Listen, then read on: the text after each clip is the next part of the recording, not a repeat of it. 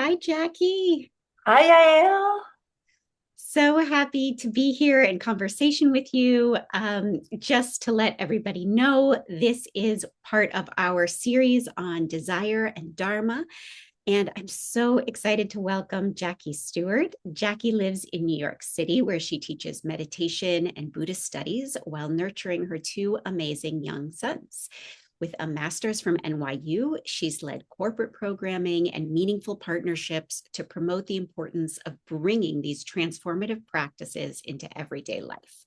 She's also an Alo Moves instructor, and her warm and approachable style has helped many people learn the practice of meditation and the art of mindful living. She's committed to supporting people in finding deep connection within themselves and with the world. And having both taught with her and witnessed her teaching, she accomplishes these things. She is an extraordinary teacher and thinker and practitioner. And so I'm so happy to have you here today. Thank you so much, Yael. It is so good to be here, and I'm really looking forward to our conversation. Yes. So, what you mentioned in your bio, or I mentioned reading your bio, that you are a mother. And one of the ways that we've connected and actually taught together is around the challenging and also rewarding aspects of motherhood, as well as being really committed to the path of practice and Buddhism. And I think when we think about desire, at least when I think about desire, it doesn't, to me, one of the major inhibitors to like daily following whatever desire I might have is like the responsibility, both like actual, like got to go pick up this kid from this place and take them there, and the sort of psychic responsibility of caring for other people, of taking care of children. And it's like, it's a question that I want to bring to you to see, where you, how you find your way into this question of how, if we believe that it's a valuable thing to listen to our desires and to try and kind of manifest them in the world, how do you balance that with taking care of other people and the responsibilities and love, but also responsibilities that we have for their lives and well-beings? Yeah, I think it's such a great question. And I think it's also in many ways where our practice meets, it's like where the rubber meets the road because it's really applicable in these messy, very human moments, particularly when we're with our kids. Um, so what I'll start by saying is, when you reached out and had talked about having a conversation around desire and dharma, it already got my wheels turning. And so what you might hear me reference a few times during our conversation is really looking at what's behind this sense of desire. And I think that is what comes to the forefront, even when I'm exploring, what my personal desire might be, maybe in relationship to what my child's desire might be or what's happening in a circumstance is really not just living on the surface level of circumstance or the actual things that are happening and really starting to look at like what's behind this, what's driving this desire or this need, or for me what comes up a lot is like my agenda in this moment, my agenda to uh, stay organized or be on time, or um, maybe my agenda is even we're going to have so much fun right now. And what I might be missing is perhaps what's happening in the moment because I haven't taken the time to examine what's behind that more outward facing thing that I'm bringing to a situation. Mm, it makes me think like, especially in your last example, like we're going to have fun. That's And right. don't want to have fun in the way that you want them to have fun. And so you're like locked in this thing that's like supposed to be about fun. Um, and everybody suffers. So it's an interesting thing to kind of hone in. So, okay, so my, if you're saying, let's look behind, let's see what that's about. What is that desire to have fun about? What do you think that is? Yeah, I think for myself, when I look more deeply, it's just about connection. Mm. I'm just wanting to have connection with my kids. I'm looking to feel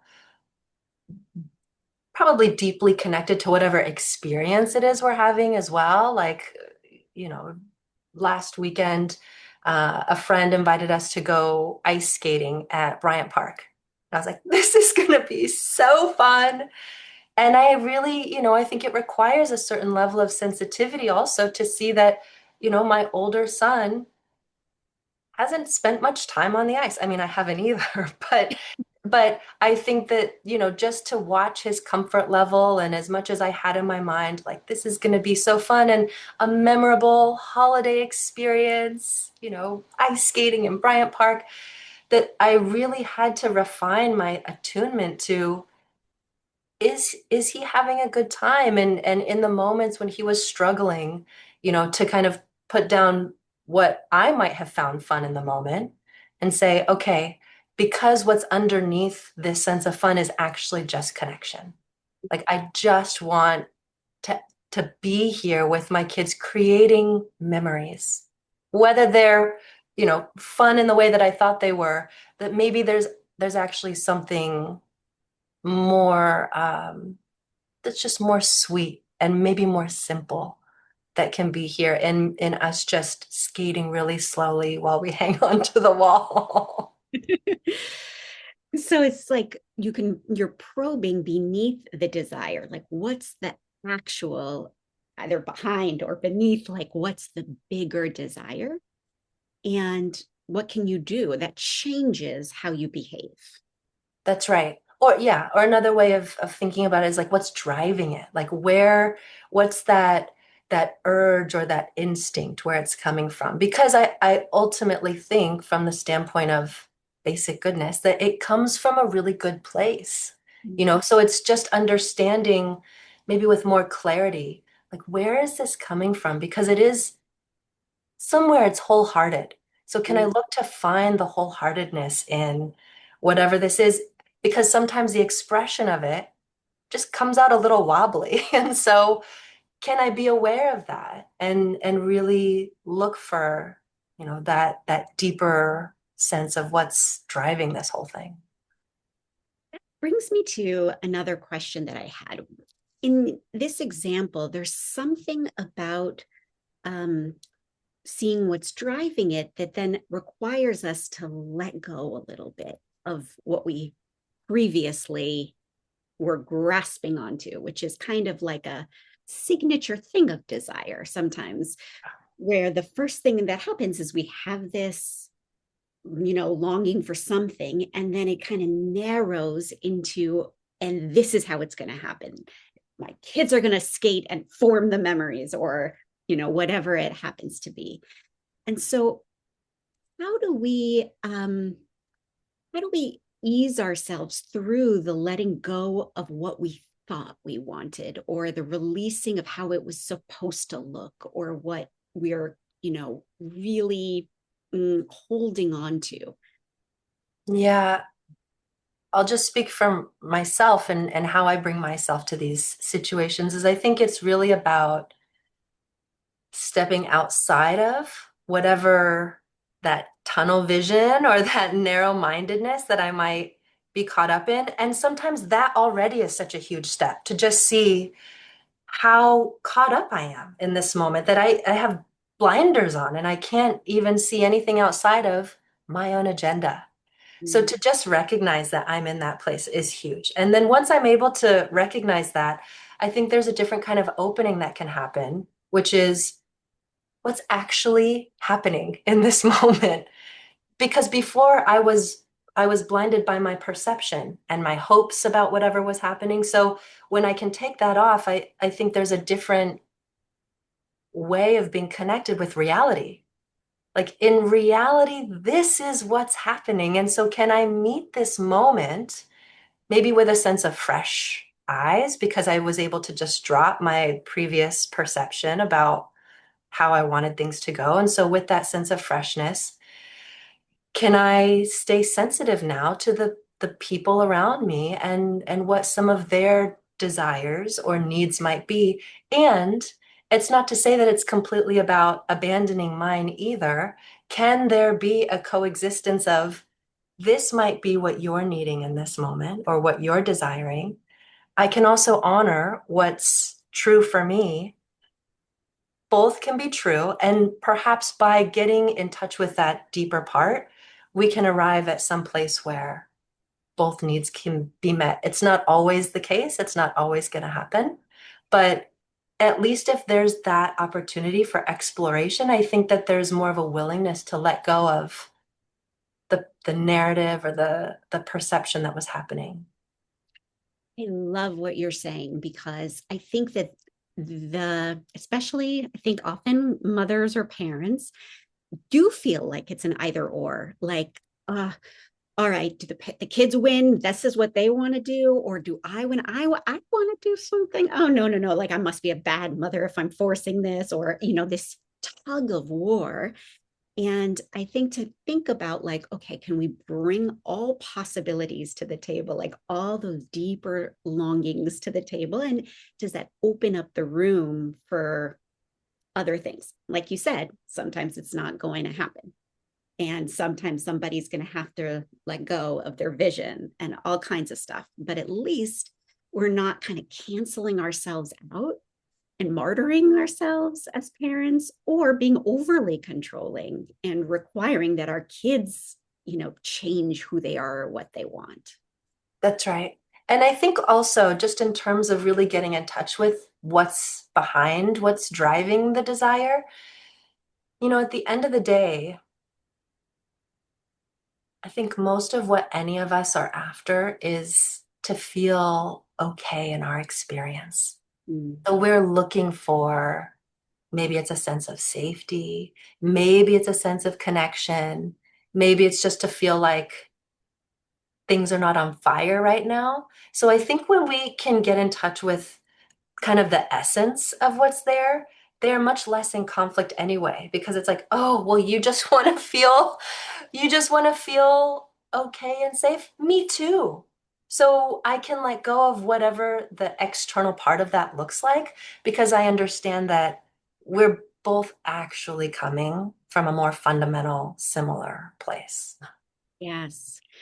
And I mean, it sounds simple, but it's very profound practice to deeply validate that Yeah. you're coming from that place and this is what you really want, and your child, like, to really see that is huge.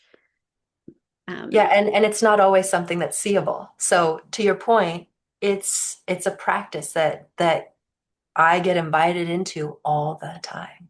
yes. Yes.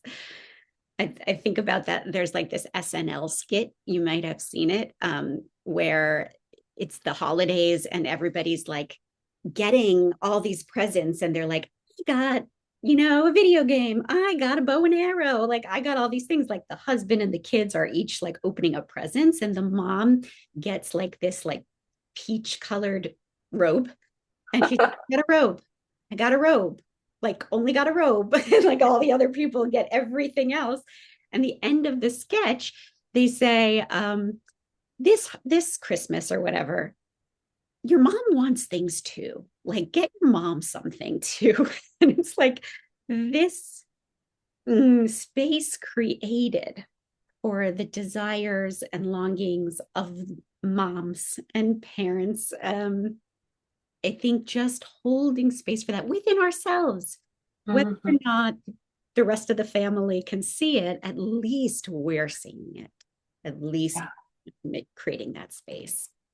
Yeah, and for me, like in that moment, right, of we have desires too as mothers. I think if I step into the practice we were just talking about, that there might be a part of me that just wants to feel appreciated Yeah. beyond a peach robe, you know? Because there is such a cherishing that happens within the family dynamic that it's nice in some way to also feel cherished. Totally. And some in some families, a bit rare. And so it's important to know that and to be able to ask for it, Yeah, when it's not an automatic thing. completely. So helpful and great to talk this out. I wish we could go for hours. Maybe we'll have a part two at another point. But before we close, I was wondering if you might feel comfortable kind of leaving everyone with a little practice they can do if you're a mother or a parent and you want to get at this deeper longing to make space for it, to be able to connect with your child. Like, what can people do right now to try and open that up?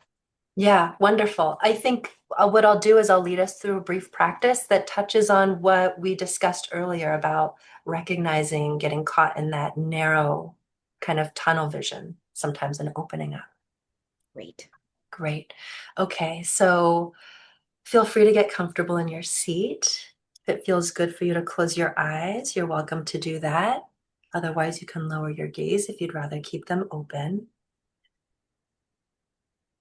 And let's just let ourselves slow down a little bit and take 3 long breaths. We can take them in through the nose and out through the mouth.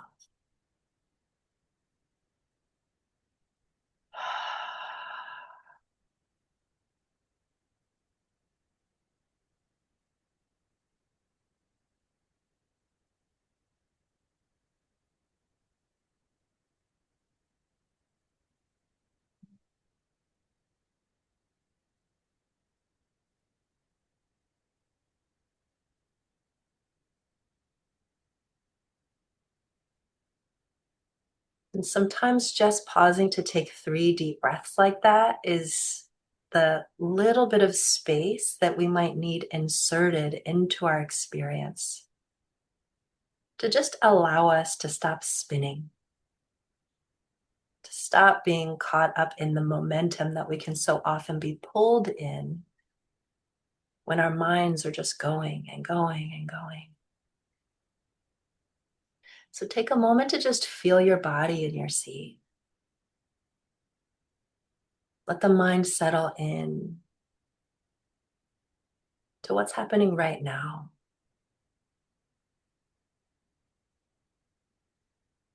And then we have an opportunity to just check in this very honest way with what might be coming up for us or what might be going on. Do I find that I'm caught in some agenda, or I'm driving something to happen? Maybe caught up in that tunnel vision.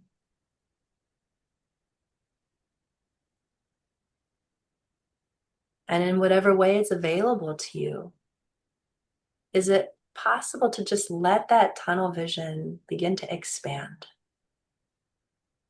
so we can begin to see beyond our perception in that moment?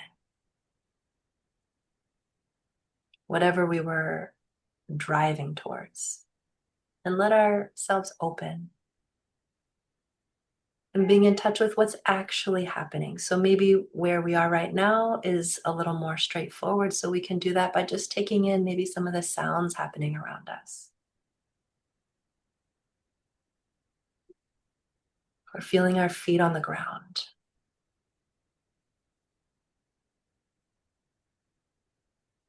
That these are wonderful anchors for being attuned to what's also happening in the outside world beyond our own perception.